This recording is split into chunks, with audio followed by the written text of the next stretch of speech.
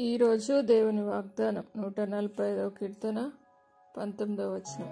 తన యందు భయభక్తులు గల వారి కోరిక ఆయన నెరవేర్చును, వారి మొర ఆలకించి వారిని రక్షించును.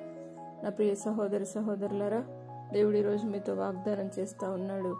దేవుని మొర పెట్టినట్లయితే తప్పక భయభక్తులు కలిగి తన యందు భయభక్తులు కల వారి కోరిక ఆయన నెరవేర్చును, ఆయన వారి మొర ఆలకించునని దేవుని వాక్యం సెలవిస్తుంది. కాబట్టి ఈరోజే దేవుని యందు భయభక్తులు కలిగి ఆయన సన్నిధిలో ఆయన తప్పకుండా మీ జీవితంలో అద్భుతం చేస్తాడని నమ్మి దేవుని సన్నిధిలో ముందుకు సాగినట్లయితే దేవుడు మీ కోరికను తీర్చి మీ యొక్క ప్రతి అవసరతలను తీర్చి మీ మొర ఆలకించి మిమ్మల్ని రక్షించి మిమ్మల్ని కాపాడును గాక.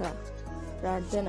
పరిశుద్ధుడా, నమ్మదగిన దేవా, తన యందు భయభక్తులు గల వారి కోరిక మీరు నెరవేరుస్తానని సెలవిచ్చిన దేవుడు, నీ యందు భయభక్తులు కలిగిన వారి జీవితాల్లో అద్భుతాలు జరిగించండి, సూచక క్రియలు జరిగించండి, మేలులు జరిగించండి.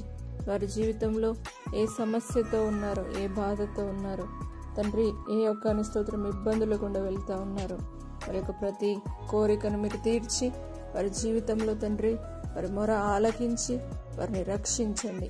ఆపదలో నుండి వారిని విడిపించండి. వారి మొరను మీరు ఆలకించండి. వారి ప్రతి సమస్య నుండి విడిపించండి.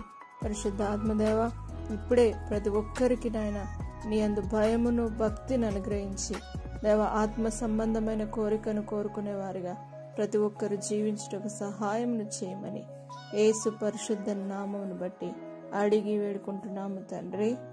ఆమేన్.